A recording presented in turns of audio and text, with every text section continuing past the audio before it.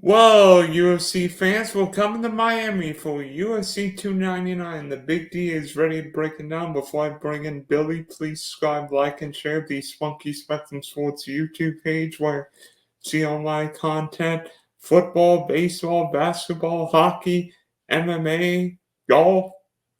Also check out the Big D podcast for audio listeners, Spotify and Apple. So joining us, the only guy with more DraftKings tiers on this date, March 6th, ActionNetwork FantasyLabs, Billy Ward. So, Billy, I don't know what the temperature is in Detroit, but I don't think it compares to what the action will be in Miami this weekend. Yeah, we had a super nice weekend. I got up into the 60s, and then it was cold as hell again today. So that's Michigan. We don't get that. But yeah, it looks like a great card. I mean, there's certainly an argument this is better than UFC 300. I guess that depends on how you feel about like MVP coming over. Dustin Poirier versus BSD is a banger. Gilbert Burns, Jack Della Maddalena. Like, I feel like in terms of name recognition, for a lot of people, it might not be what UFC 300 is, but for like those of us that really want to see how some of these guys do, it's certainly an exciting event. Talk about the UFC 299. How about an anticipated rematch between for the Bantamweight Championship between Sugar Sean O'Malley and Marlon Vera? Because I just watched that fight in 2020 and I'm like something looked funky with Sean O'Malley, because if we've seen Sean O'Malley fight, he is like the leg kick guru. Yeah, and they talked about him having an injury to his leg. Did the leg kicks cause the injury, or did he come in with that? We'll never know. I tend to lean that, when you got kicked in the legs a bunch of times by a guy who does that really well, that's probably what led to your leg hurting. Like that just seems kind of straightforward to me. Yeah, and it was an interesting fight. The only loss on Sean O'Malley's record. On the other hand, you can kind of look through all of his wins on this climb to the top, and it's pretty questionable. So, he had that loss to Vera. They gave him a couple super easy fights. Three, really. Thomas Almeida, Chris Moutinho, Roland Paiva. Like, I don't think any of those guys are still in the UFC. He has the eye poke against Pedro Munoz. If you go back and look at the scorecard, Munoz won the first round, according to 2 out of 3 judges. So, O'Malley kind of got a little lucky there, I think. He wasn't clearly winning that fight. Might have been winning the second round, depending on who you ask, but it wasn't. At worst, it was a very close fight. At best, he got a little bit lucky with that one. Then he beats Petr Yan by split decision. Horrible decision. Like, everyone watching thought Yan won that one. And then, of course, he knocks out Aljo in like 6 minutes, so it's hard to poke too many holes in that. But Aljamain didn't want to be there. He said it was too quick of a turnaround. He wasn't going to be ready on that date. They kind of made him do it anyway. You can poke some holes in that on the, Aljamain Sterling side. So I'm not convinced that Sean O'Malley is the fighter we think he is. He's been good. He's had his moments for sure, but it's not all that clear to me that he's really this level. Cheeto, probably not, even if he wins here, probably not going to be a long-term title holder, but tough fighter, man. Like, no one looks great against Marlon Vera, even if you beat him. Last loss was a split decision to Corey Sandhagen. Before that, unanimous decision to Jose Aldo, Song Yadong. Never really been beaten badly in any of his fights, even when he does. And nice little win streak here outside of Sandhagen. Beat Munoz, beat Dominic Cruz, beat Rob Font, beat Frankie Edgar. Like, it looked pretty dominant in all those. So to get Cheeto at the cheap price on DraftKings, and especially the betting line we're getting, I really think he's a good value this week. It came down a little bit. I took him at plus 240. Okay, you can still find plus 240 some places, not everywhere. I think he's going to be a really intriguing play. Also, from a DFS standpoint, really good fight to stack. The over 3.5 is like heavily juiced, so probably get a lot of action out of these guys, both of whom throw with a lot of volume. Should get some good scores on both guys. Honestly, I feel like Vera's going to be an interesting stylistically fighter for O'Malley, because we know Sugar's was really good with the leg kicks, but Vera could take him down and it's got some submission abilities. Yeah, I don't know how much he sees that. Like, yes, he does, but when that's happened, it's kind of been by accident. You know what I mean? Like, the other guy took him down, or he knocked the guy down and then got a submission. Like, he's not out here pulling guard and trying to hunt submissions. You know, if it happens, it happens. I think we're going to see mostly a striking fight, which, you know, isn't necessarily ideal for DFS, but if it goes long, just the kind of volume we're going to get. You know, Cheeto, like almost 4.5 strikes landed per minute. O'Malley's number is at 7. That's a little bit juiced up because of some quick fights. And when he did 230 to Chris Moutinho, who came in on like 2 days' notice, you take that fight out of there, their numbers are pretty similar in terms of activity. But yeah, I do think it's going to be mostly a striking fight. If anyone's going to wrestle, it'll be Cheeto, but I don't think Cheeto's going to wrestle. Special and Sugar's not a wrestler. He's going to want to make this a striking match if at all possible. Yeah, of course. I mean, that's what he does in all of his fights. He does have, you know, a pretty good height and reach here, 2 or 3 inches in both categories. I think that's going to help him. But, you know, Cheeto's not that big of a dude. He's used to that. O'Malley has that reach on everyone. Doesn't always work out perfectly for him, including when they fought before. So I'm not too worried about that. You know, and the interesting thing, the two trends I look at with rematches is the fighter who won the first fight tends to win more often than betting market implies. And then the younger fighter tends to win more often than betting market implies. It feels like with how long Cheeto's been around versus O'Malley that like Marlon Vera's got to be many years older. It's like 18 months. Like they're not that far apart age-wise. So, or I guess closer to 2 years, but under 2-year age gap, that's not enough to really care about. Like that doesn't matter. So the trends, I think, are pointing a little bit towards Vera. There's always the argument that, you know, O'Malley now being the champion, getting to train full-time, having more resources and access to the best coaches could have made some improvements. But, man, at his price and at when I say price, I mean both DFS and betting value, I think that's a hard sell for me on the O'Malley side. Like, I'm certainly not playing him at his price more than I'm playing Cheeto if I'm doing a portfolio of lineups. Yeah, because if you're playing Sean O'Malley, guess what you need? A first-round knockout. Whereas Marlon Vera got a decision win. That's all you need. You either need a first-round knockout or, you know, the 230 strikes or 200-plus strikes like he landed on Moutinho. That honestly seems more probable to me the way Cheeto fights. Like, he has a negative striking differential overall. He takes a lot of shots. He usually doesn't get hit clean. Like, he's never been knocked out. In the UFC, at least. I don't know if that holds true his whole career. So I could see, you know, like a volume-based good score for Marlon or for O'Malley.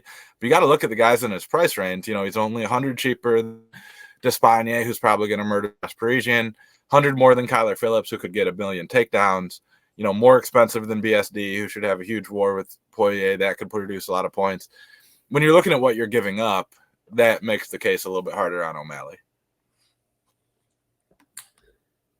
And here's one other thing about Sean O'Malley. Guess how many times he's been to the championship rounds? Is it never? Or once against Jan, right? Because that was 5 rounds? I don't know if that fight ever. I don't think that fight. No, you're right. That was 3 rounds. I think he might have had one scheduled, but yeah, never been to the championship rounds. I'm actually really glad you mentioned that. For the betting crowd listening to here, Marlon Vera after live after round 1 or 2 is going to be the way to go here. He's historically a slow starter. As you pointed out, we've never seen O'Malley in rounds 4 or 5. Vera, you know, he's had some ridiculous performances down the stretch late in fights where he's just taken over in the late rounds. Kind of game built to do that, you know? So that is got a 4th round finish to Dom Cruz. Like, yeah, I think that's the spot. I said in my luck ratings this week on Action Network, I put half a unit on O'Malley pre-fight or Vera pre-fight. Going to be looking to do another half unit live, but obviously that's relevant for DFS as well. Especially because stylistically, you wonder how Sean O'Malley's gas tank will fare in the 4th and 5th rounds. Because I don't think we worry about Vera's gas tank. No, and I wouldn't say we have any reason to believe that O'Malley has bad cardio. You know, he's a long, lean guy. That type of body type tends to hold up well. Striking uses less energy than grappling. We expect a striking match. So he's more of a question mark versus Vera is like, we know it's a strength. But still, that's worth, you know, like those are the kind of edges that you have to exploit if you want to win something as competitive as sports betting and DFS. Like, you know, it's not always going to be this huge gaping hole in someone's game that we can exploit. It's going to be like, hey, I think I got a little angle here. And yeah, you make a very good point with that. Honestly, do you think that Sean O'Malley is more of a bigger name or a great fighter? Because everybody knows the name, the funky hairstyle, but is Sean O'Malley really a great fighter? I think this is a good opportunity to answer both of those questions because, yeah, he gets a lot of media attention, but Aljamain Sterling came out and said, like, because Aljo got, he gets points on the pay-per-view as champion when they fought. He's like, I didn't make any more money in this one than some of my other fights. I don't know that O'Malley is really the draw that we might be pretending he is, because you can be viral on TikTok, but that doesn't mean people are going to buy your reviews necessarily. And I think there's a certain element of the type of person that's a Sean O'Malley fan is 18 and 19-year-old kids who aren't shelling out $80 for a UFC pay-per-view, as I certainly didn't at that age, So I think we're going to answer that question because Vera is not a huge name. This pay-per-view is good top to bottom, but a lot of people buy it just based on the main event. Might not, be the returns that we think. Not that we'll ever actually see direct pay-per-view numbers, but, we'll have some indications. And yeah, if he can look good against Chito Vera, who, like, even when he loses, people don't look great against him. If O'Malley comes out convincingly here, yeah, I mean, then we start to talk about maybe he holds the belt for a little bit. If we're being honest, I don't see either of these guys having much of a shot against Merab, which is going to be coming down the pipe. He's weighing in as the backup. Like, Sean O'Malley better be praying hard that Chito Vera doesn't miss weight or fail to show up or get injured because Merab's going to maul whichever one of these guys he gets to fight next anyway. But probably, you never know. So, yeah, I think that's a good question to ask, and I can't answer it now, but I think if you ask me that Sunday morning, I'll be a little bit more convinced one way or the other. How do both fighters win? Start with Vera. How do they win? Yeah. Yeah, I mean, for Chito, it's the game, right? He starts out slow, he takes his time, he makes his reads, and then starting hopefully the second round, if you're listening Marlon Vera, which I know you're not, but, third, fourth, fifth round, he turns up the volume, overwhelms him with strikes, and then either takes a decision that way or, the classic Marlon Vera, it's a knockout, but it's a knockout because he hit you 200 times. It's not a knockout because he has huge power in one shot. And then O'Malley, I think it's the total inverse, right? Like, he's going to throw a lot too. He's going to have high volume. I think O'Malley, if it's going to go to a decision, he needs that swing rounds in his favor. Or, land that one big right hand that puts him out. I think, obviously, that's what you're hoping for if you're Sean O'Malley. But he doesn't need to finish Chito to win this fight. He does need to rock him at a couple points because, if Chito's doing a lot of damage, throwing a lot of volume, O'Malley needs that one every few minutes that kind of backs him up or hobbles him a little bit to sway those rounds in his favor. So it's going to be, the minutes of Marlon Vera versus the moments of Sean O'Malley, I think, is going to be crucial here. I think if Sean O'Malley can also use his reach, particularly with the leg kick, because we saw it early in the first fight where Sean really used that leg kick, but then I don't know the foot injury, and then Chito just turned it up a notch, and for the first time, really saw Sean O'Malley on the backhand. Yeah, I don't know if you're Sean O'Malley if you want to make this about leg kicks. We'll talk about it in a minute with Kevin Holland and Michael Page. I think that's going to be an interesting dynamic there. I don't know that favors Sean O'Malley. That wouldn't be my game plan. I would be trying to stay at range and land, Ian Gary's another guy who does a similar kind of thing. We call it a pull counter, where he's trying to just pull just out of your range and then launch long straight punches, usually a big right hand. It's what he got Aljo with. Ian Gary's got a couple knockouts that way. Like, those big, long guys who like to strike and have some good power, if they can keep that range where I'm just, this far away from you being able to hit me, but then my punch hit in that power spot, I think that's the bigger game. Just given how Chito hurt him with leg kicks before, I wouldn't be playing that game if I'm O'Malley. Obviously, you have to defend him, but you start throwing him, he starts throwing him. I don't want to be in that war. That's not how I would approach it. Yeah, I make it more a boxing match because I think what O'Malley did against Sterling is how I would have the fight, because I mean we know Sterling's a great wrestler and he just finished him with one fell swoop, like bam. But that's part of managing that range, right? Like, it's really hard for me to take you down if I'm so far away that you can't get a good grip on me without having to, take a bad shot or whatever. So similar, that range management is going to be key for him. And he's good at that, right? Like, that's when you're a 5'10" or whatever he is, bantamweight with I'm looking right now, 6 foot reach. Not a lot of guys his height and length in that division. So if you're going to do it, you kind of have to go through that way.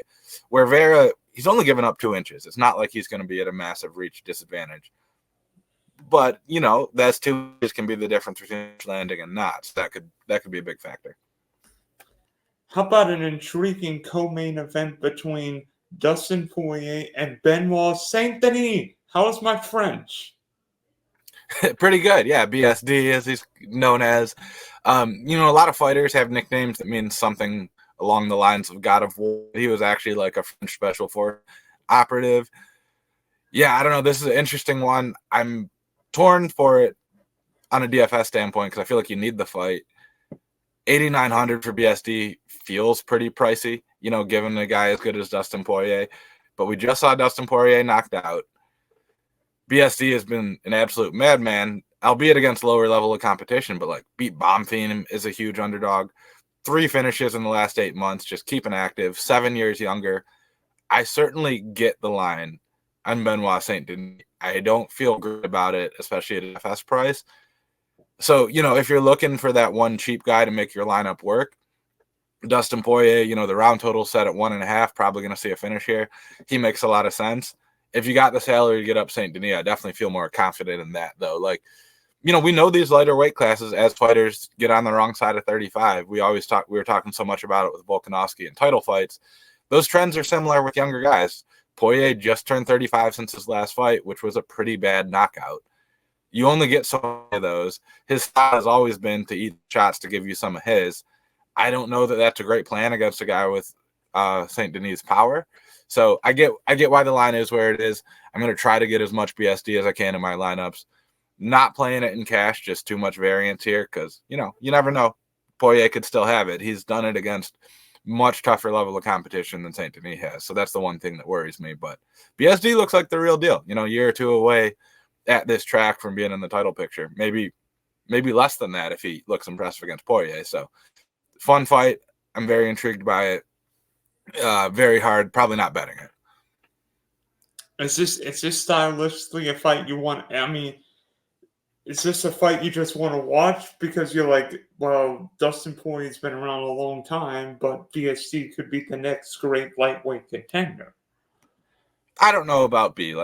I said he'd be in the title picture, but no, I know what you're saying.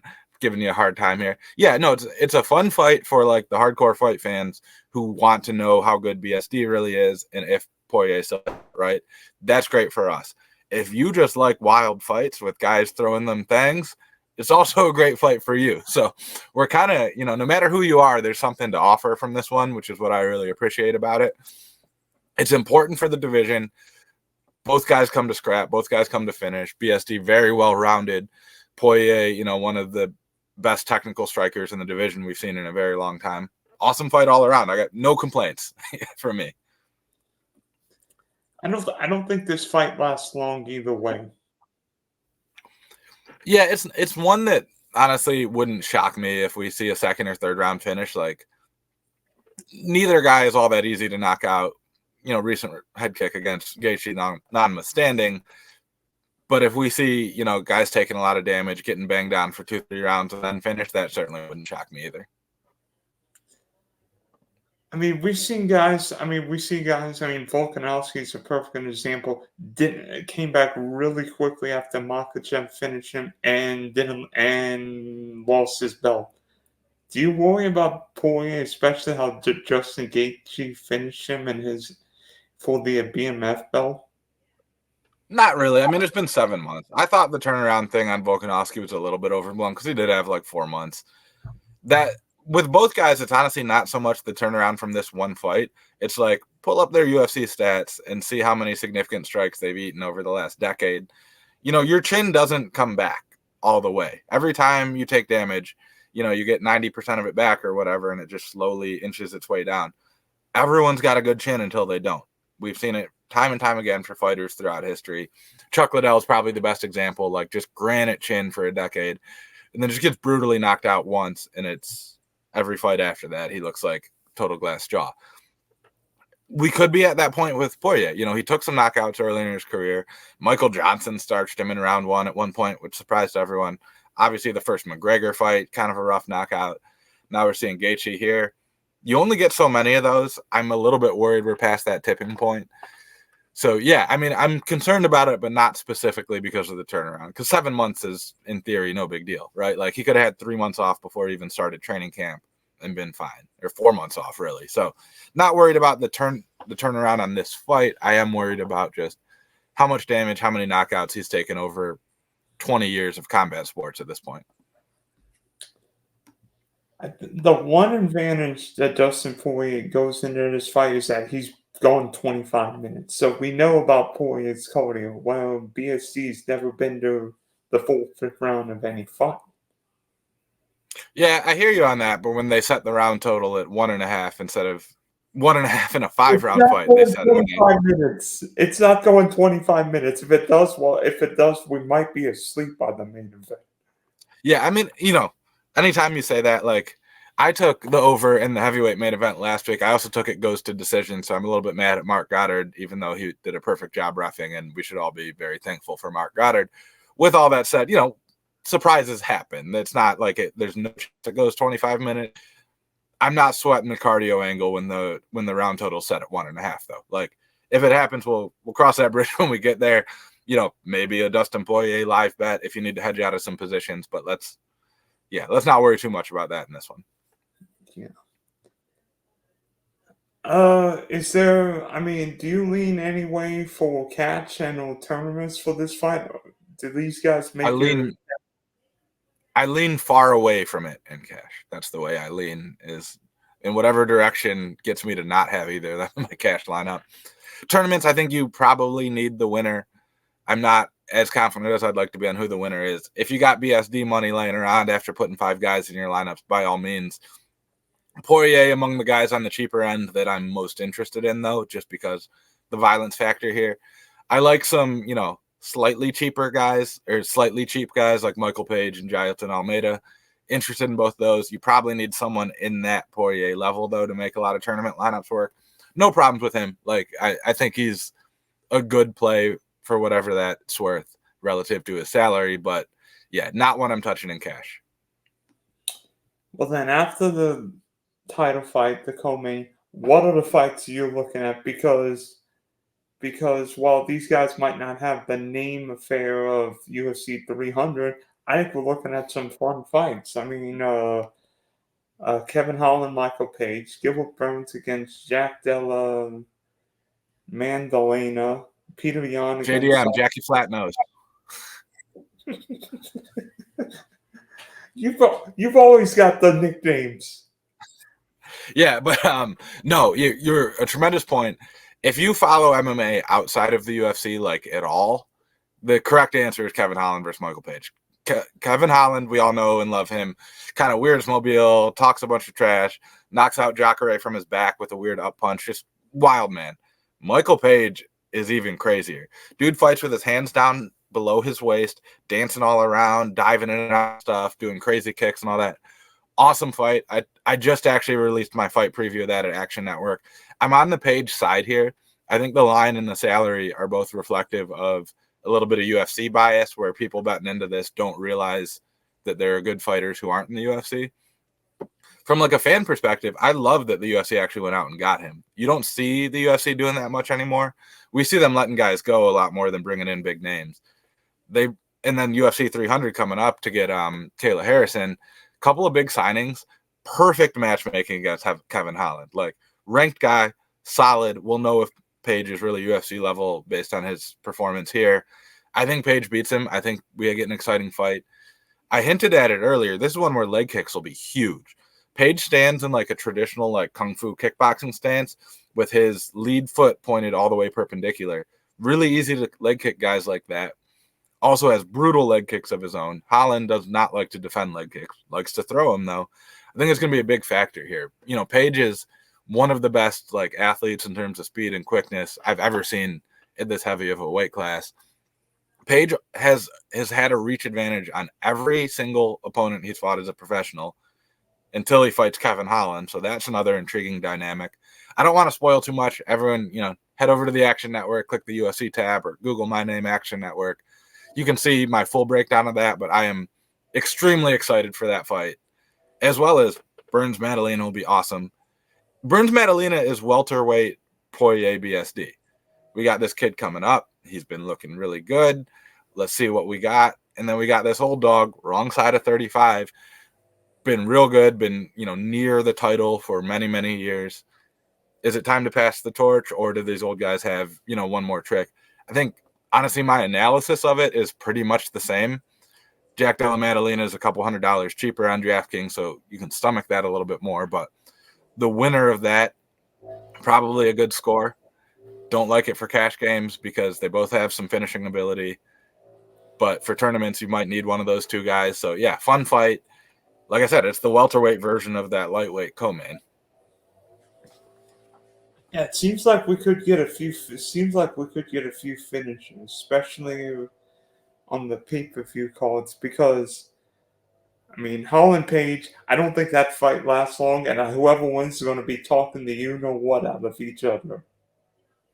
Yeah, that's the one I could see. I think the round prop is actually suggesting. Yeah, over 2.5 is minus 180 in that fight. Like, both guys are hard to finish. Page has only been knocked out once in his career, and it's kind of a fluky thing. A guy kicked out his lead leg, and then as Page was standing, caught him with an uppercut. So, like, I'm not saying it's a fluke. Like, that was great job by, oh, God, who did he fight in that one? I'm losing the name. Doesn't matter.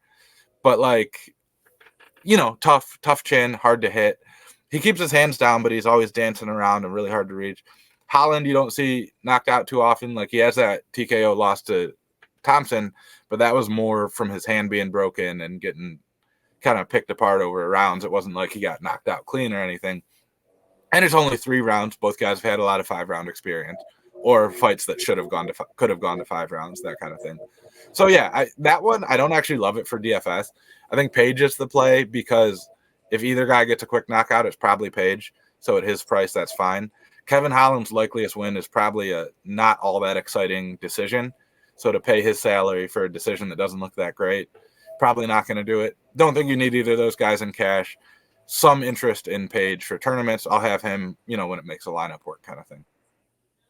But before we get out of here, we got to get off the main card for a little bit.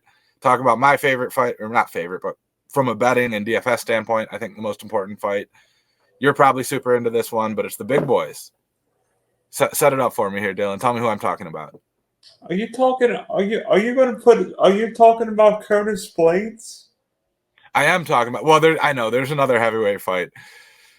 I have my issues with that fight. Yeah, Curtis Blades versus Jailton Almeida is supposed to happen, I don't know, last year at UFC, whatever the hell. I don't know, when they went to Brazil. Great fight. Like, this is awesome. Jailton's just been mauling everybody. Made Derek Lewis look real bad. Didn't finish. People were mad at him for not finishing him. He took him down 6 times and had like 22 minutes of control time in a 25-minute fight. You know who couldn't take down Derek Lewis and got knocked out badly by him? Curtis Blades. Curtis Blades couldn't take down Derek Lewis. Jailton Almeida made it look like, he was at the kids' BJJ class fighting Derek Lewis. So very excited about this fight. Line has swung towards Almeida already. Everyone should be reading my luck ratings where I said take Almeida at like plus 110 like I did. You'd be feeling very happy right now. Now you have to be sad that you're betting him at minus 110 or whatever. I think Almeida's the best DFS play on the slate at $8,000. There's obviously a risk. Curtis Blades is good. Been doing this a long time. You've heard me say this already now twice on this podcast, but old guy, been around title contention. We're seeing what we have in the young contender. The difference I feel like in this one, though, is Almeida kind of had that fight against Derek Lewis, stylistically totally differently, but, fought the old guy who's been around the title, passed it with flying color. Before that, he finished Jairzinho Rosenstrike, just looked good against another contender. Blades fought Rosenstrike to a kind of lackluster decision. You look at his last 3 wins, Curtis, that is, kind of lackluster decision against Rosenstrike. Chris Daukaus finished, but Daukaus is now out of the UFC. Everybody knocked him out. And then the knee injury against Tom Aspinall. we haven't seen like a real convincing win from Curtis Blades in a long time. So, yeah, tournaments, Almeida, cash games, think you can play Almeida, even though it's a little bit scary. Betting, Almeida. Love this fight. Can't wait to see what we got out of Almeida. I feel like Almeida should be like 8,500 instead of $8,000. I mean, And the line on Monday had Curtis Blades as the favorite, though. Like, I bet Almeida plus money. It's now already swung back a little bit. Like, it's basically a pick 'em with some sites starting to favor Almeida. We could see by this weekend, Almeida minus 130, minus 140, something like that. With that said, that probably means he's going to be really popular. There's an ownership argument against him in tournaments, but you still got to have the guy who scores the most points, whether he's well owned or not. So, like, yeah, I'm going to be all about it. and then one more question. Leading to UFC 300, we know the card that's heading to Vegas next month.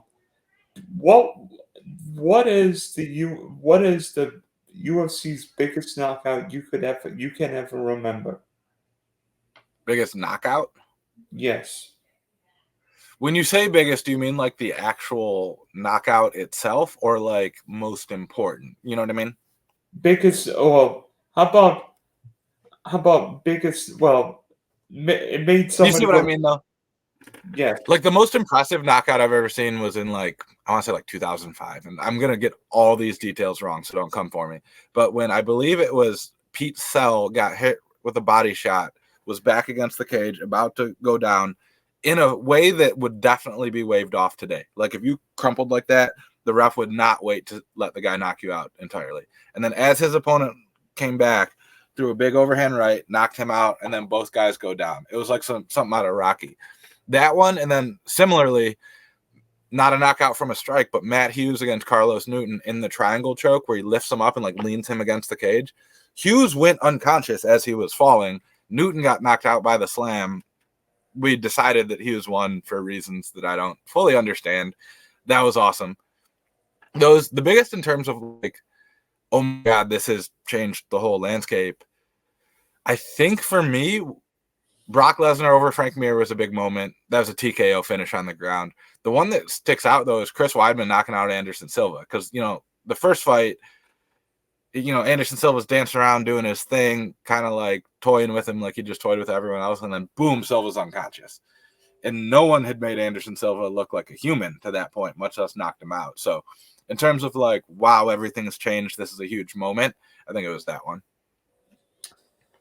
I remember a fight. I think it was 2008 when Sugar Rashad Evans fought Chuck the Iceman Liddell in Atlanta. My brother was at this fight, and Rashad Evans made Chuck Liddell go to sleep.